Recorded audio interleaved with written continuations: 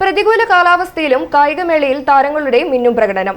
Pala synthetic സ്റ്റേഡിയത്തിൽ നടക്കുന്ന 23ാമത് Kottayam revenue ജില്ലാ സ്കൂൾ കായികമേളയിൽ രണ്ടാം ദിനത്തിലും വാശിയേറിയ മത്സരങ്ങൾ നടന്നു. കായികമേളയുടെ ആദ്യ ദിനത്തിൽ അസഹനീയമായ വെയിലും ചൂടുമാണ് അനുഭവപ്പെട്ടിരുന്നത്. എന്നാൽ കായികമേളയുടെ രണ്ടാം ദിനത്തിൽ ഇടയ്ക്കിടയ്ക്ക് മഴയുള്ള കാലാവസ്ഥയായിരുന്നു. ഇതൊന്നും വകവയ്ക്കാതെ കായിക താരങ്ങൾ മത്സരത്തിൽ ഒന്നിനൊന്ന് മികവ് നേടി.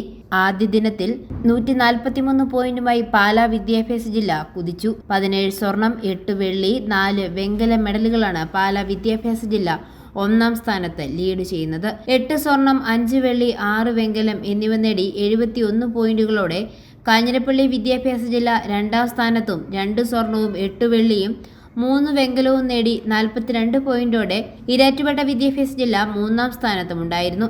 23 പോയിന്റോടെ ഏറ്റുമാനൂർ വിദ്യാഭ്യാസ ജില്ല 4ാം സ്ഥാനത്തും 19 പോയിന്റുകളോടെ കുറവിലങ്ങാട് 5ാം സ്ഥാനത്തും 18 പോയിന്റുകളോടെ കോട്ടയം ഈസ്റ്റ് 6ാം സ്ഥാനത്തുമായിരുന്നു. സ്കൂൾ തലത്തിൽ 8 സ്വർണം, 4 വെള്ളി, 2 വെങ്കലം നേടി 54 പോയിന്റുകളോടെ പാലാ വിദ്യാഭ്യാസ ജില്ലയിലെ സെന്റ് തോമസ് HSS പാലാ 1ാം സ്ഥാനത്താണ്. 2 സ്വർണവും 8 വെള്ളിയും നേടി 28 പോയിന്റോടെ ഈരാറ്റുപേട്ട വിദ്യാഭ്യാസ ജില്ലയിലെ SMV HSS പൂഞ്ഞാർ 2ാം സ്ഥാനത്തും 3 സ്വർണം നേടി 15 പോയിന്റുകളോടെ കാഞ്ഞിരപ്പള്ളി വിദ്യാഭ്യാസ ജില്ലയിലെ ഗവൺമെന്റ് VHSS മുരിക്കുംവയൽ 3ാം സ്ഥാനത്തുമുണ്ട്.